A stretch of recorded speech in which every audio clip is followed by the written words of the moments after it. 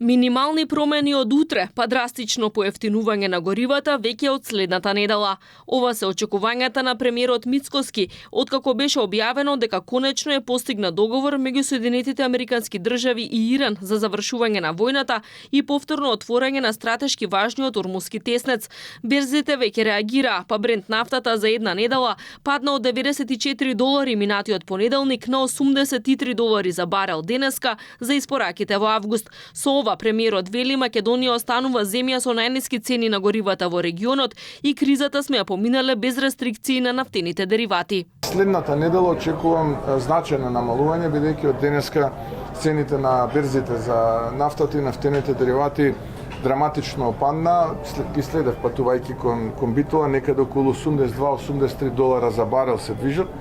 Така што веќе следната недела очекувам поголемо и позначително намалување, инаку и понатаму остануваме земја која што има најниска цена на бензините и дизел горивата во регионот. По ограничените економски резултати за месец март, главно поради кризата на Блискиот Исток и негативните ефекти врз глобалната економија, перформансите се подобрени во април. Мицкоски е задоволен од прометот во индустријата. Тој бил зголемен за 7,3% во април, споредено со истиот месец лани. Се консолидиравме после оној шок во март, кога се случи војната во заливот и кога практично ескалираше најголемата енергетска криза која што ја памети човештвото во овој милениум, а според сите познавачи ова е поголема од последните 3 енергетски кризи заедно. И веќе во април месец консолидираната индустрија бележи значаен раст, односно 7,4 или 7,5% зголемена размена, споредено со истиот месец од минатата година.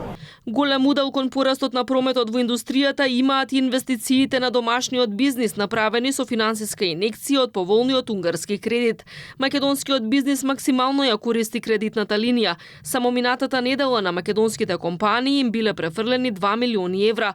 Премиерот Мицкоски вели дека ќе се искористат 230 милиони евра, а очекувањата се барем двојно поголема сума на инвестиции од страна на домашниот бизнис.